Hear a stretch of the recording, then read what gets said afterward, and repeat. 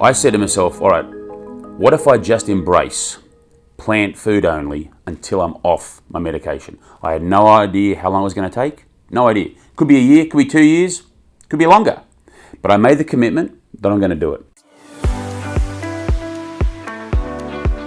Welcome to the Food Matters Podcast, your home for health and wellness. My name is James Colquhoun, filmmaker and founder of foodmatters.com, and I am your host on this journey to inner and outer transformation. Hi, it's James here from Food Matters, and welcome to this Detox Masterclass. Inside this masterclass, you'll hear excerpts from extended interviews from the Food Matters podcast and the making of the Food Matters Hungry for Change and Transcendence films. If you've yet to see these films, make sure to head to foodmatters.com, or you can stream them at Gaia, the world's largest transformational network. This Detox Masterclass is all about bringing you the latest information on how to cleanse your body safely and naturally so that you can improve your energy, lose weight, and also realign your life to healthier eating habits. You'll hear from people like Chris Carr and Joe Cross and Jason Vale as they take you on a journey of discovery into this ancient practice of cleansing your body out so that you can heal your body naturally. I really hope you enjoy this, and I look forward to seeing you at the end.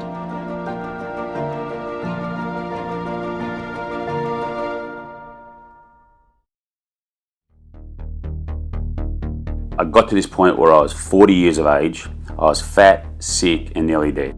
I was diagnosed with a rare disease, a rare cancer in 2003, and it was stage 4 when they found it. I was working 60 to 80-hour weeks for many years, and I wasn't taking care of myself physically. I'd become a junk food addict. I was over 400 pounds, and I had very bad sleep apnea. I was borderline type 2 diabetic. I was 310 pounds or 141 kilos. I was taking high doses of steroids every day, day and night for 8 years. I was a cheeseburger away from a heart attack, and I said, no more. I knew diets weren't working for me because I tried every diet and they just weren't, nothing was happening. I'd lose weight and gain weight, lose weight and gain weight. Step 1 was just going back and understanding, how do I take care of myself? What do I put in this body? How do I boost my immune system? How do I increase my longevity?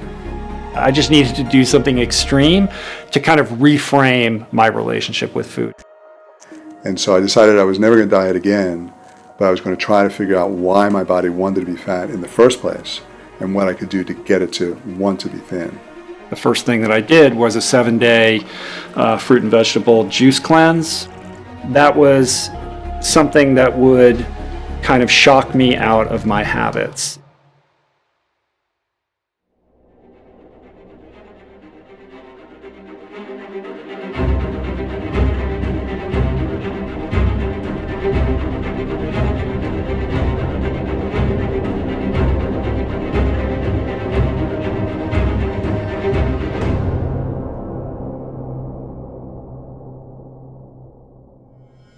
The problem of all chronic disease is a dual problem, namely its toxicity and efficiency.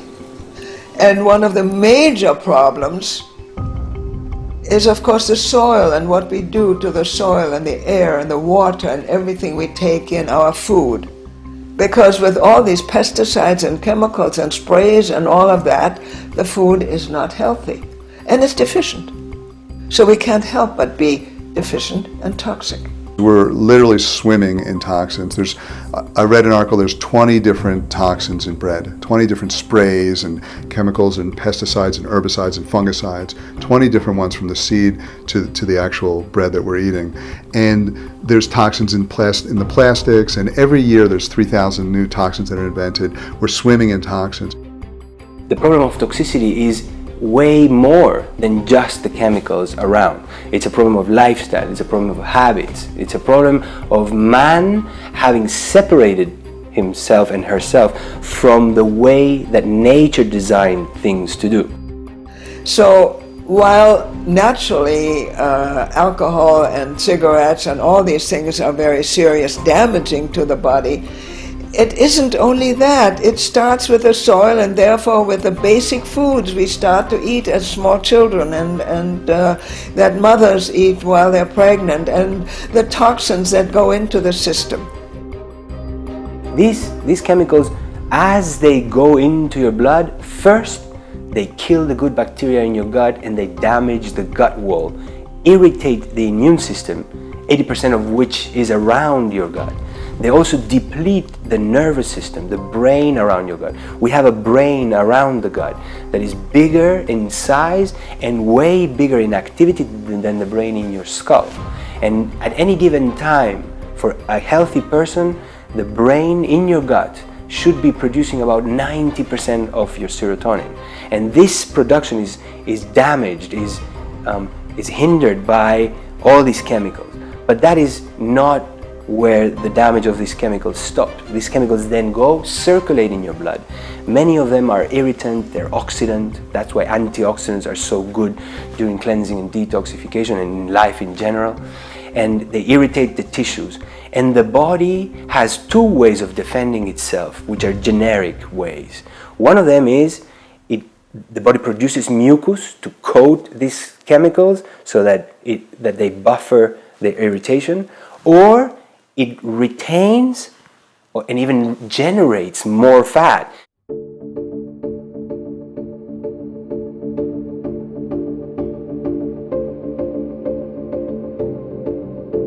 Fat is the appropriate place to store toxins because it's a chemically neutral environment. It acts as a buffer to protect you from the toxin. And one study I read said that there's over 800 different toxins in our fat cells. So as long as you're taking in more toxins than you're eliminating, your body's not going to let you burn fat, because burning the fat will just put more toxins into your body. So you have to address the fact that you're being assaulted with toxins before your body will allow you to let go of weight.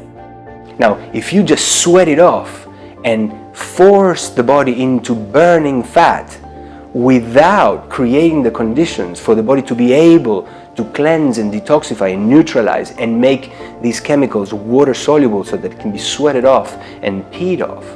So you're burning fat but not really getting rid of the toxins. These toxins are left to cause the damage that they were not causing because they were surrounded by fat. Right? So you're forcing something that the body is trying to do. You're forcing against the body's will. I want to burn it out because I want to look good. And the toxins are free then to cause havoc. We're nutritionally starved. We're in a nutritional famine. And if you're not getting the specific nutrients your body needs in a way that they can digest and assimilate, then you're starving on a nutritional basis. And as long as you're starving on a nutritional basis, your body's going to stay hungry to get those specific nutrients.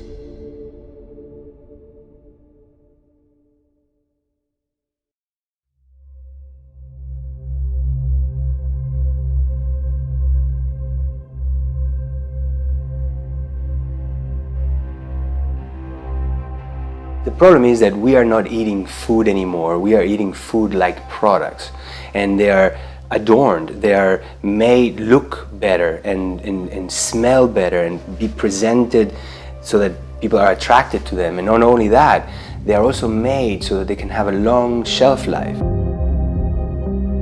Man-made foods like bread and sugar and table salt, as a matter of fact, trick your body into thinking you're getting specific nutrients.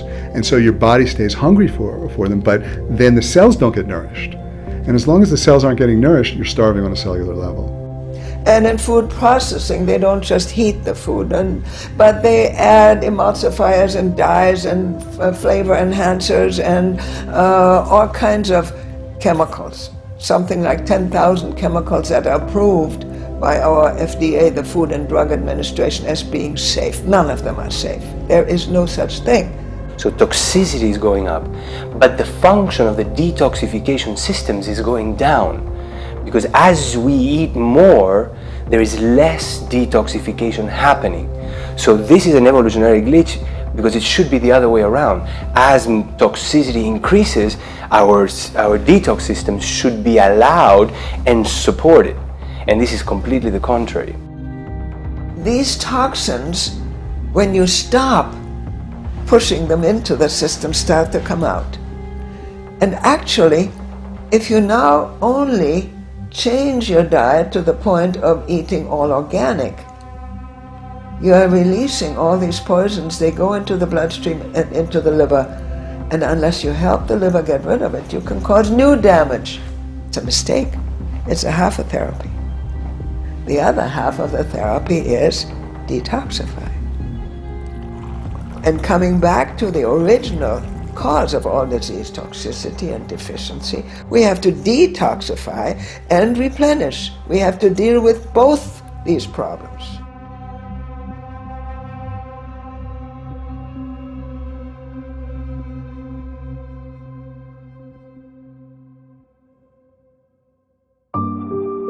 I'm on high dose of steroids.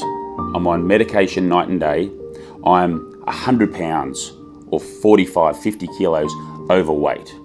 Okay, I'm a cheeseburger away from a heart attack, and I'm only 40 years of age.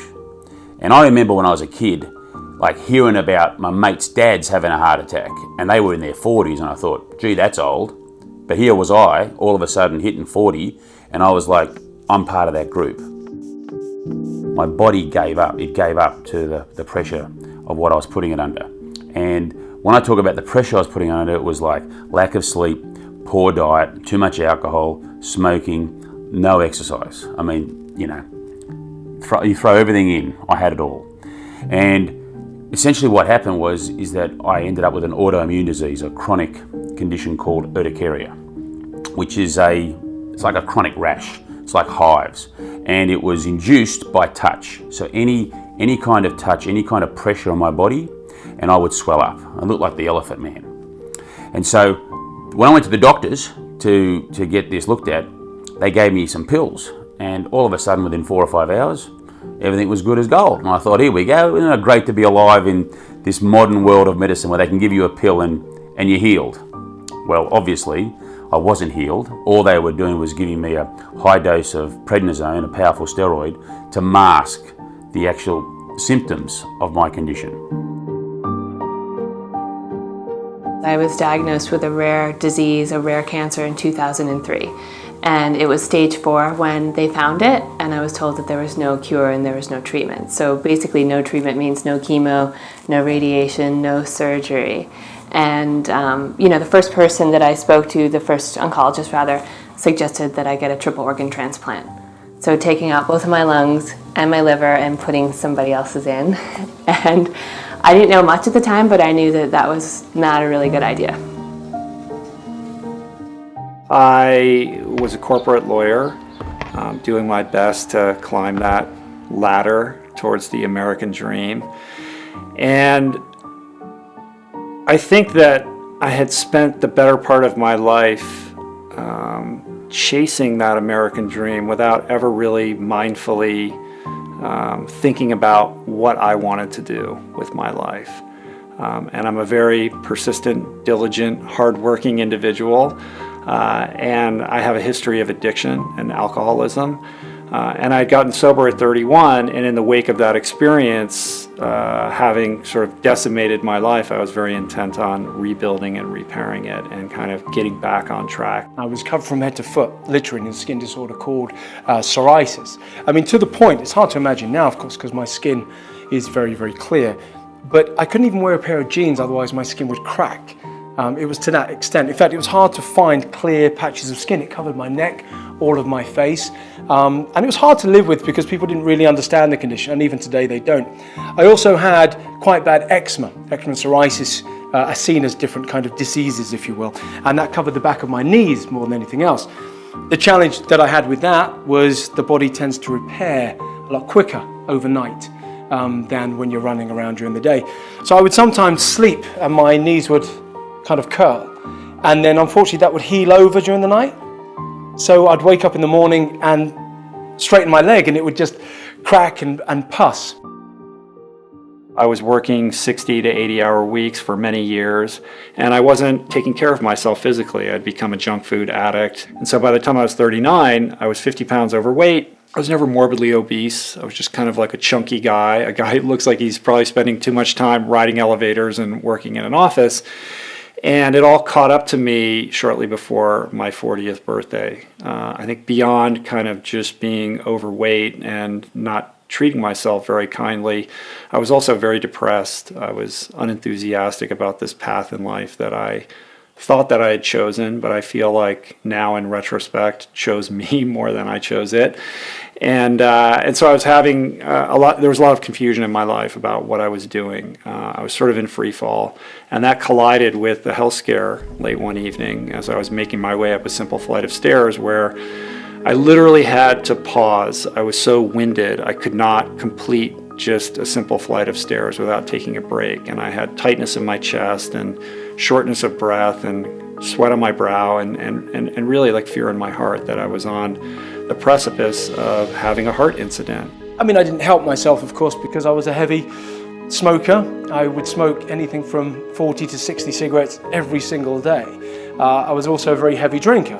I also ate anything providing it wasn't green, genuinely. I mean, as soon as anything that looked green or remotely healthy for you, I had this preconceived idea it wouldn't taste good, for one, it wouldn't satisfy me and life's too short.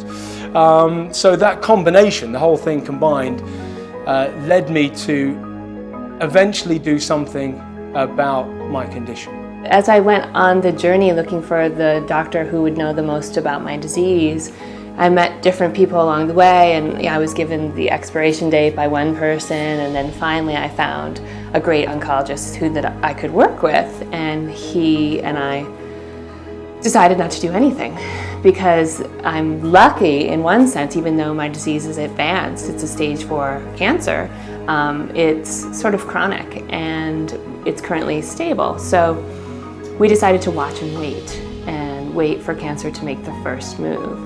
And what I decided to do is watch and live and do my best, anything that was in my power, so that cancer wouldn't make the first move. And that's when I got really curious about nutrition. But not just nutrition, it was, like what I eat, what I drink, and what I think. And the first stop was learning how to feed myself, how to take care of myself. I had no idea. I needed to reboot my life. I needed to reboot the whole system and take everything that I was putting into this amazingly designed, we're all incredibly unique in our own way. And that what I was putting into the system was basically crap. I just needed to do something extreme to kind of reframe my relationship with food. The first thing that I did was a 7-day fruit and vegetable juice cleanse, which was crazy at the time. It was so out of left field from anything I'd ever experienced. I'd never gone a single day in my entire life without eating solid food. So I said to myself, all right, what if I just embrace plant food only until I'm off my medication? I had no idea how long it was going to take. No idea. Could be a year, could be 2 years, could be longer. But I made the commitment that I'm going to do it. And to supercharge my start and my beginning, I said, what would happen if I only juiced it? And the reason I did the juicing part was because that's how I was able to get much more of the superfood, of the micronutrients, of the phytochemicals in a concentrated way into my system. So I went out and I did 2 months, 60 days, nothing but juice.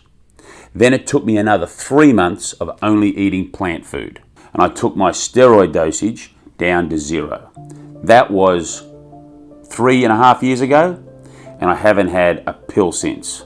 Juicing is important for 2 main reasons. People often say to me, well, why don't we just eat it?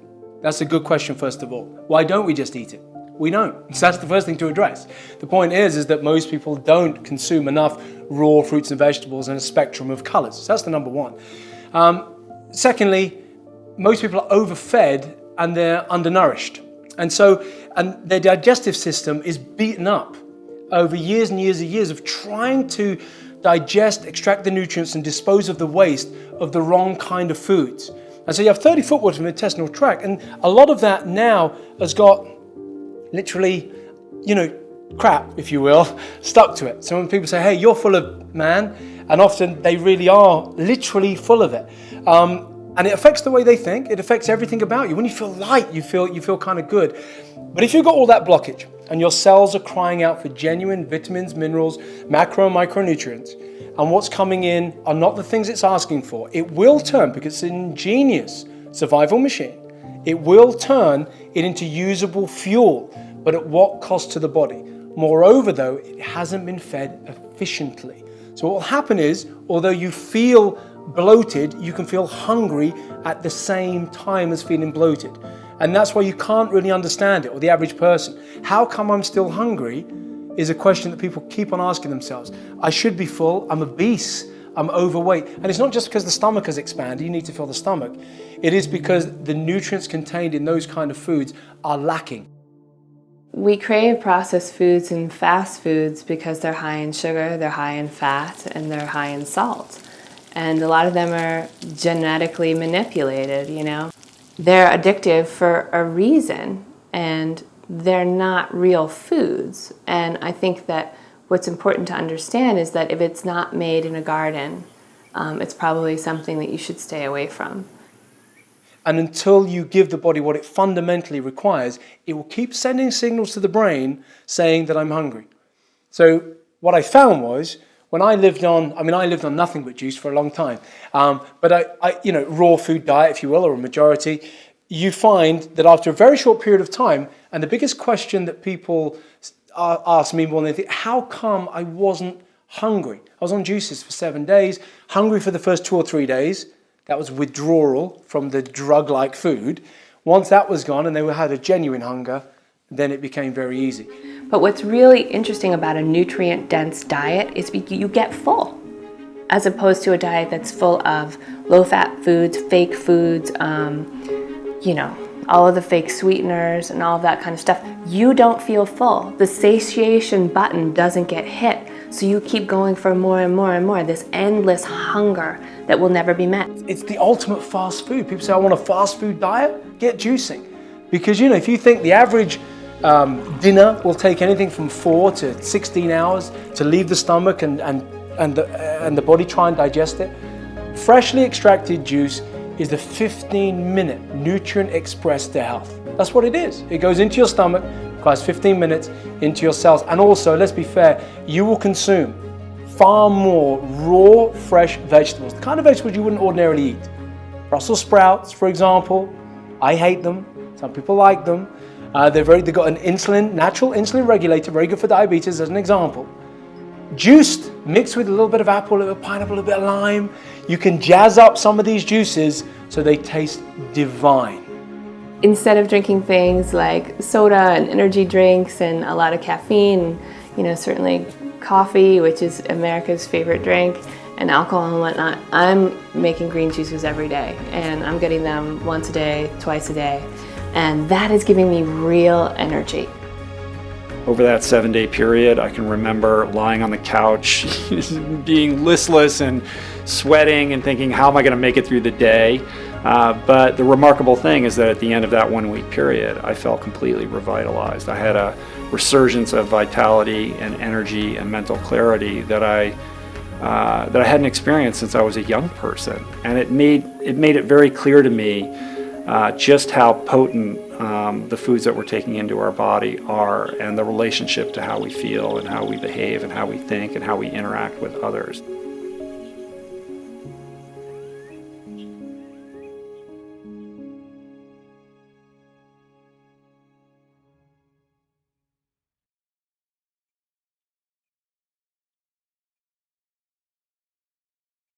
The level of improvements that people have when they go on nothing but a juice cleanse, and it's not a juice fast. You can only fast on water. Once they're living on nothing but that for 7 days, I have seen, I would say, just about everything. And I know it sounds like an exaggeration, but everything. We're talking from irritable bowel syndrome, Crohn's disease, skin improving, asthma getting better, hay fever. You almost name the dis-ease of the body, name the ailment, whatever it is. The body only wants to heal. It's crying out to heal. That's all it wants to do.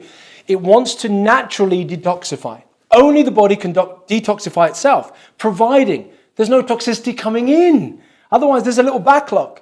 So can you imagine, you remove refined sugars, refined fats, junky type foods, all the wheat, the breads, the man-made foods going into your body, and all of a sudden, overnight, you replace it with high water content. That's what it is.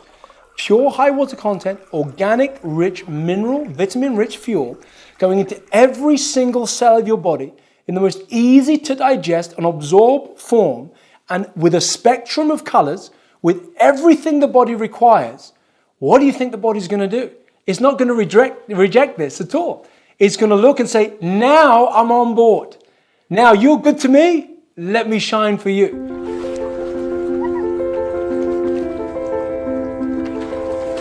And I had all this energy for the first time in as long as I could remember. So the impulse to actually move myself physically occurred to me, which is something I hadn't felt in a while also. And so I started exercising again, first very casually. But I realized very quickly that I enjoyed that. And it was a big part of what I was about as a child and something that I loved very much and had really lost touch with it. So the first year was really connecting with that part of who I am that I had kind of repressed. It's the unquantifiable stuff that really you can't gauge. Science can't gauge it. Yeah, you can see if skin has improved. You can see if somebody's lost weight. That's a given, by the way. That's an absolute given. I mean, listen, people will always lose in between 7 to 14 pounds in weight within a week because the body just says, get rid of this junk now. I had completely transformed. I lost 50 pounds. I looked different. I felt different. It was quite radical, and yet the changes that I made were relatively simple. And the thought occurred to me, if I could change this drastically, this dramatically in such a short period of time, what are the other areas of my life that I'm overlooking, where I'm sitting on top of mountains of potential that I'm just not consciously aware of? You can tell if someone's lost weight. You can tell if their skin condition's gone or if their arthritis in their hands have started to improve, irritable bowel syndrome has improved, their Crohn's disease, we've had everything. But it's the spark, man. Genuinely that spark, that life, that fire that we had when we were kids that just affects every single element of your world and your globe. The human body has such powerful defenses that a normal, healthy body cannot, will not develop cancer or any other chronic disease for that matter. Not only that, but with a good, healthy, normal, rich, organic food, you can reverse these diseases. And I think if we all started to eat healthier foods and drink healthier foods and feel the benefits of that, prevention is just going to grow and soar. I went straight to juicing and a plant-based diet, and within basically 10 to 15 days, the fog had lifted and I was on the path to not being fat, not being sick, and not being anywhere near dead. The body heals if you give it all the right nutrients and detoxify it. It functions, it works, and it heals. You simply crave healthier foods, your metabolism speeds up, your taste buds change, you're not as hungry, your body becomes more efficient at burning fat. I crave different foods today. You know, I don't crave the sort of quick fix of alcohol, caffeine, nicotine, and the rest. Because it feels so good to satisfy myself with a green drink. So, you know, cucumbers, celery, kale, romaine, a little bit of pear. That to me is something that I crave. So I really think that part of what I went through with my reboot and what I've found with the thousands of people that have followed me and done this is that their optimism, the way they look at themselves after they've achieved this, is they get out of that shower in the morning, they look at themselves, they give themselves a wink and they say, you're a winner, because you've at least achieved something. You've gone and you've eaten only fruits and vegetables or drunk them for a set period of time and you achieved a goal. And there's something to be said for that. There's something for setting a goal, achieving it, looking better, losing a few pounds, sleeping well, thinking clearer. I mean, what's not to love about that? If you are flying in a plane and the plane starts falling, wouldn't you want to know how to operate your parachute? We are living in a state in the world that's comparable to a falling plane, and your detoxification system is your parachute. Either you learn how to use it or you'll crash in the ground.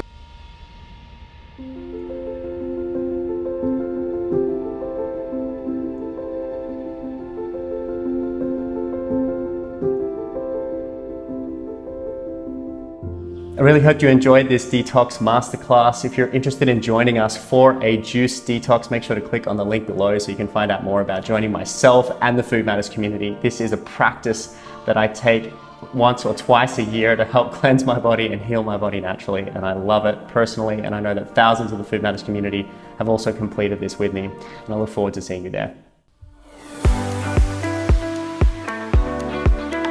If you enjoyed this podcast, please share it with your friends and family on social media or leave a comment below. We love hearing from you and to hear about your experience with introducing some of these incredible anti-inflammatory foods into your diet. If you want to find out more and sign up to our podcast to make sure you don't miss an episode, head to foodmatters.com/podcast. And I look forward to seeing you next time.